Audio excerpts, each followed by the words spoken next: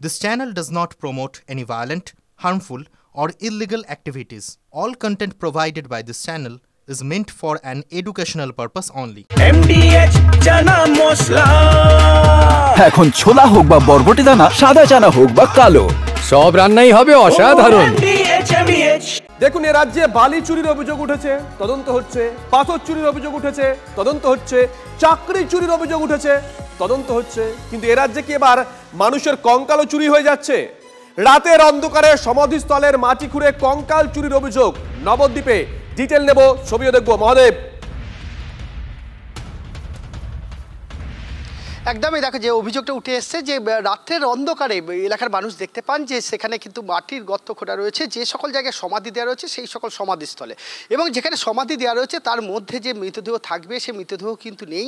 এবং সেখান থেকে দেখা যাচ্ছে যে পাশে যে ঝোপ জঙ্গলগুলি রয়েছে, ঝোপ জঙ্গলের একাধিক মানুষের পচা গলা দেহ অংশ পড়ে রয়েছে।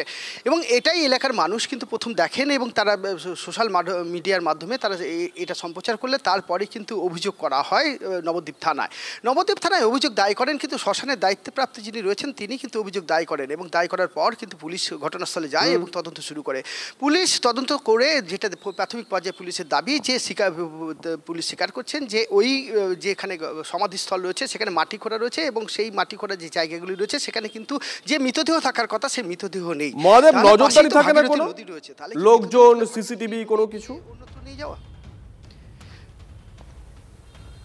দেখো, সেইভাবে ঝোপ জঙ্গল যেখানে সমাধিস্থল, শ্মশানের পাশে শ্মশানে নজরদারি থাকলেও কিন্তু সমাধিস্থলে কোনো নেই সিসিটিভি, নেই লোকে তেমন নজরদারি। আর এটাকে নিয়ে কিন্তু স্বাভাবিকভাবে মানুষ প্রশ্ন শুরু করেছেন যে কিভাবে এই ধরনের ঘটনা ঘটছে, যেখানে সমাধিস্থল থেকে কঙ্কাল নিয়ে চলে যাওয়া হচ্ছে, কঙ্কাল নিশ্চয়ই পাচারের উদ্দেশ্যে নিয়ে যাওয়া হচ্ছে, এবং এই পাচারের সাথে কারা যুক্ত। এবং সব থেকে বড় কথা, দেখো জলপথ রয়েছে যেখানে ভাগীরথী নদী রয়েছে, সেই নদী পথে পাচার হচ্ছে কিনা অবশ্যই নজর থাকবে সেদিকে। মহাদেব, নজর থাকবে এই শ্মশানের ইনচার্জ, তার সঙ্গে আমরা কথা বলেছিলাম, তিনি কি বলেছেন শোনাবো। ব্যাক টু ব্যাক শোনাবো। স্থানীয় বাসিন্দা, তিনি কি অভিযোগ করছেন?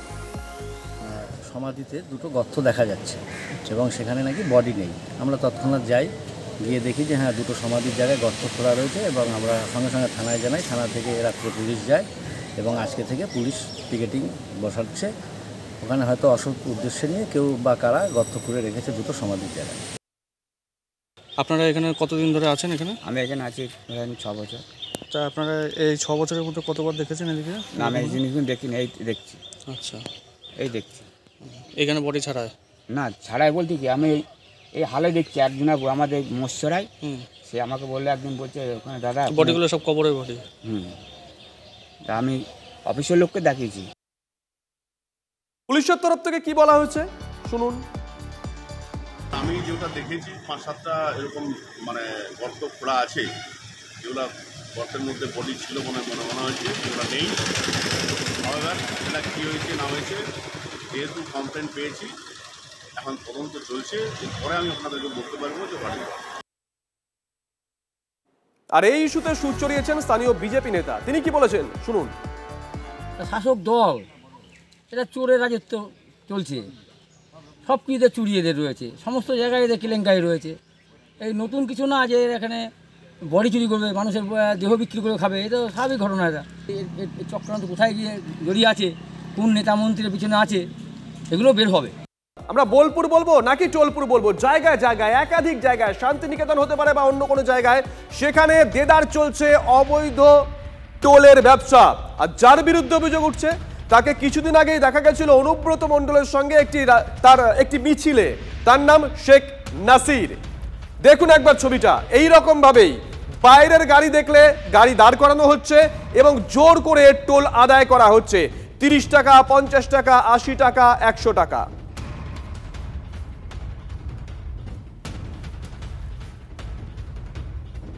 পাশাপাশি অনুব্রত কাণ্ডের প্রতিবাদে বিভিন্ন রাজনৈতিক দল তারা রাস্তায় নেমে এসেছে।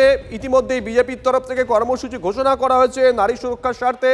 আর এবার আমরা হাওড়ার ছবি আপনাদেরকে দেখাচ্ছি, গণতান্ত্রিক মহিলা মোর্চার মিছিল, গণতান্ত্রিক মহিলা সমিতির মিছিল এই মুহূর্তে হাওড়ার ছবি আপনাদেরকে আমরা দেখাচ্ছি।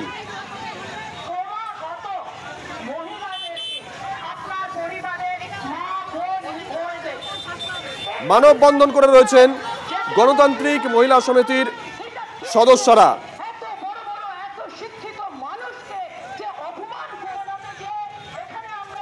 বিজেপির তরফ থেকে একগুচ্ছ কর্মসূচির কথা ইতিমধ্যেই ঘোষণা করা হয়েছে, অর্থাৎ এই ইস্যুকে যে আগামী দিনে বিরোধীরা রাজনীতির ময়দানে আনতে চাইছে, নারী সুরক্ষা, নারী সম্মান যে আগামী দিনে বড় হাতিয়ার হতে চলেছে, বোধহয় সেটাই বোঝানোর চেষ্টা করছেন বিরোধী রাজনৈতিক দলের নেতা নেত্রীরা।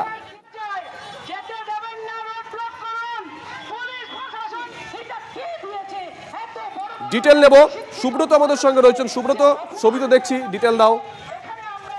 একেবারে অনুব্রত মণ্ডলের প্রতিকৃতিতে জুতোর মালা পরিয়ে যে মিছিল এবং পথ অবরোধ চলছে ভারতের গণতান্ত্রিক মহিলা সমিতি হাওড়া জেলা কমিটির পক্ষ থেকে হাওড়া ময়দানে আজ বিকেলবেলা কিন্তু গোল করে তারা ব্যারিকেড করে এবং তারই প্রতিবাদ দেখান এবং সেখানে তারা দাবি করেন যে পুলিশ আধিকারিককে যেভাবে কুরুচিকর মন্তব্য করেছেন অবিলম্বে অনুব্রত মণ্ডলের গ্রেপ্তারি করা দরকার এবং তারই প্রয়োজনীয়তায় তারা আজকে পথে নেমেছে এবং যদি গ্রেপ্তার না হয় অবিলম্বে তারা কিন্তু এই আন্দোলন আগামী দিনে আরো বৃহত্তর পর্যায়ে নিয়ে যাবে, এমনটাই জানা যাচ্ছে। শুভজিৎ, ধন্যবাদ সুব্রত।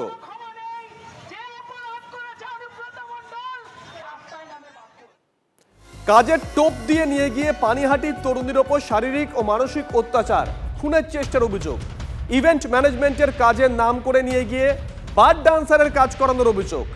5 মাস পরে প্রাণ বাঁচিয়ে বাড়ি পালিয়ে আসেন তরুণী, হাসপাতালে ভর্তি ওই তরুণী। হাওড়ার ডোমজুড়ে যুবকের বিরুদ্ধে অত্যাচারের অভিযোগ, খড়দা থানায় ইতিমধ্যেই অভিযোগ দায়ের হয়েছে।